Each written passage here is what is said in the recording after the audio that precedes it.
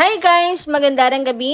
Welcome back po dito sa Gandara SRU Channel for Showbiz Update. Andito na naman nga po akong muli nagbabalik.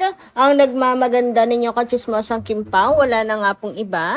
Ang lokaret na si Gandara SRU upang maghatid po sa inyo ng latest update and fresh happenings patungkol kina Kim Chiu and Paul Avellino. And para nga po sa gabing ito ang tatalakayin natin at pag-uusapan ay mayroon nga po dito sa mainit na chika tungkol sa kasal nila Kim and Paolo. Huy, ando na tayo sa kasal agad-agad mga kakimpaw. Pero bago po ang lahat ng yan, sa mga hindi pa nakaka-subscribe sa ating channel, maaari lamang na pindutin po ninyo ang subscribe button natin at notification bell na nariyan po sa baba upang kayo po ay maging updated at ma-notify tuwing may bago po tayong chika at balita hinggil sa Kimpao. Basta mga balita na may kinalaman po kina Kim Chiu and Paolo Avellino, sagot na nga po natin yan. And pag-usapan na nga po natin ang tungkol po dito sa kaganapan sa Anaheim show nila Kim and Paolo mga Kimpao. So, syempre kapansin-pansin po ang suot nila Kim and Paolo na parang nga daw pong bagong kasal ang dalawa. Parang ano nga daw po bagong kasal sa reception. Nasa reception na nag-e-entertain po ng kanilang mga bisita, mga kakimpaw. Pero totoo, di ba? Parang bagong kasal talaga sila Kim and Paolo. Yung ano nila, reception outfit, mga kakimpaw. And sigurado ako pati yung mga nandun, mga kakipi, ay yun din talaga ang napansin sa kanilang dalawa. Super bagay, mga kakimpaw. Bakit hindi kaya totohanin na natin? Charot, ang daming tao dun, ano? Ang daming tao dun, pero mukhang nakalimot po ata sila magbaon ng pare. Hoy! Dapat nagdala na sila ng pare. Super cute din po ni Chinita Princess, mga kakimpaw. Tingnan nyo naman yung dalawa, o diba? Sinong hindi po magbidululo dyan? Na mukha talaga silang bagong kasal, mga kakimpaw. Sabi nga po dito, ang kukulit ka ng mga Kimpaulandia sa ex. Sabi dito, thank you guys for coming to our wedding. It truly meant the world to have you here with us. Charot lang, pinag-speech na si Kimi. Pero parang ganun nga yung dating, mga Kimpaw.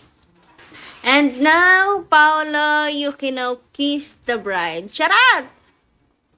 Pero yung vibes talaga nila, nagdala nito, mga kakimpaw, no? And super fresh nila Kim and Paolo. Magkamukha na nga sila, mga kakimpaw, Anyway, credit po pala sa Team KCG, Kim Chiu Global, sapagkat ang gaganda ng shot nila, ang gaganda ng kuha nila kay Kim Chiu, kay Paolo, ayan, napakalinaw, di ba mga kakimpaw?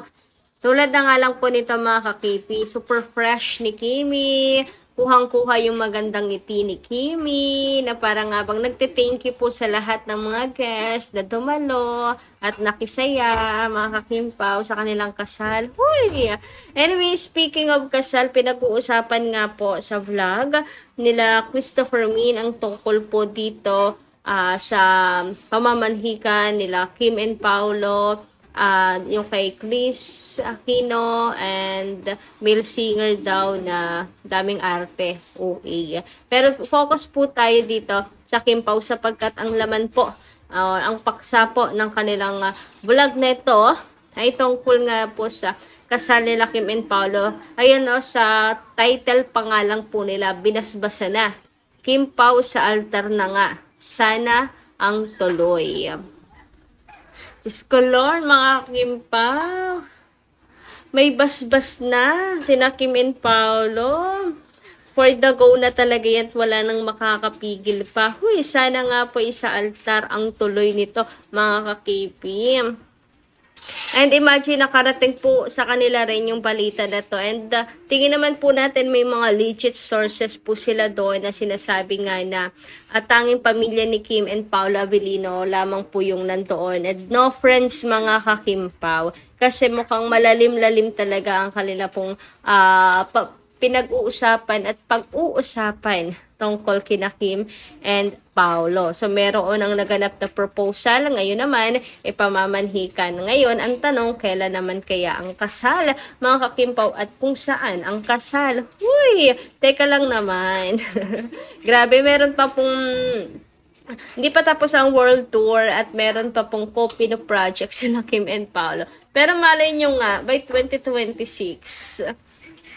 And ang hiling nga po ng mga Kim Paulandia, sana hindi po maging private para naman sa ganun ay mag-involve din po ang mga fans sa wedding nila, ganyan. Pero okay lang din naman po kung maging private yun mga Kim Pao. Unang-una, choice naman po nila yon at para tahimik lang din. Kung gusto po nila ng private wedding, gusto po talaga ng privado, wala po tayong magagawa doon. And knowing Kim and Paolo, si Paolo talaga, napaka-pribadong tao. Hence si Kim nahahawa na nga rin, 'di ba? So, malaki yung chance na maging private po ito mga kakimpaw at baka nga sa ibang bansa pa sabi nila Christopher Min, idaos po ang kasal para makuha nila yung gusto nilang private moment mga kakimpaw. Pero kayo guys, kayo pong mga nakakapanood ngayon, kung kayo po ang tatanungin, anong mas prepare ninyo, private or public wedding mga kakimpaw, alam ng buong mundo. Comment nyo nga lang dyan sa baba. Pero kahit naman po maging private yan, for sure po ay may magbibigay naman po ng ayuda sila Kim and Paolo. May lalabas at lalabas po yan mga kakimpaw. Ang importante yung mismong okasyon, mismong wedding, maging private po siya mga ka-KP. Anyway, sabi naman dito, their wedding anniversary is coming up. O diba yun po ang mga paksa at usapin ngayon sa social media ng mga Kim Pao fans. Mukha kasi nga ikakasal or ikinasal na sila Kim and Paolo. Mukha talaga silang bagong kasal mga Kim Pao. Kaya talagang ito yung mainit at pinag-uusapan sa social media ngayon. Anyway, sabi naman po ni Miss Annalyn Hiccup dito sa kanya pong comment, shoutout po at magandarang gabi sa inyo. Gandara, grabe, nakakakilig at ang daming revelasyon. Ewan ko na lang kung hindi pa nila makuha ang meaning ng mga sinasabi ng Kim Pao. Super kilig, overload. Unang concert, yung kabataan ni Paolo. Pangalawang concert, ang pagsayaw. Nobody but you. Si Kim lang talaga ang pinapayagan niya na, na last ang mga video dahil love niya si Kim at love niya tayong mga Kim Pao fans. Gandara may 3 and 4. Grabe ang lakas nila. Sila lang talaga ang kinamulata ng mata ko na love team na nag-concert sa ibang bansa. Iba talaga idol natin. Number 1 worldwide. Gandang hapon, more blessings sa atin. Ingat ulit sa Kim Pao dahil sigurado magpapahinga na sila sa Canada muna. So, ayan mga kakimpaw, tungkol nga po dito sa pagsayaw ni Paolo Abilino.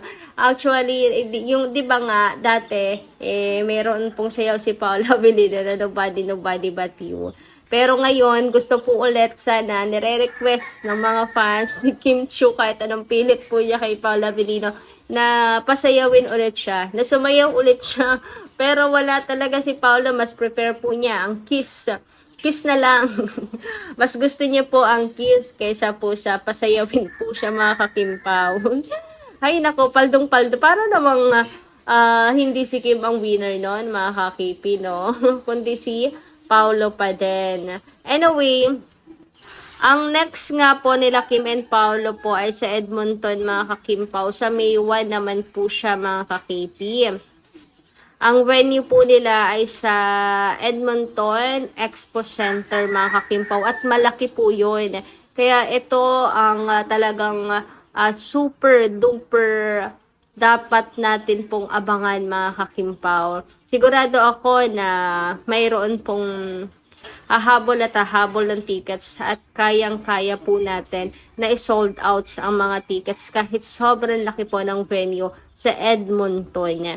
Napawaw nga po tayo sa Anaheim. For sure, mapapawaw din at masyashock din po ulit tayo sa Edmonton. Anyway, hanggang dito lang po muna ating update. Maraming salamat po sa inyong pakikinig. Kita-kits po muli sa mga susunod pa natin chika. Maraming salamat at ingat po kayo palagi.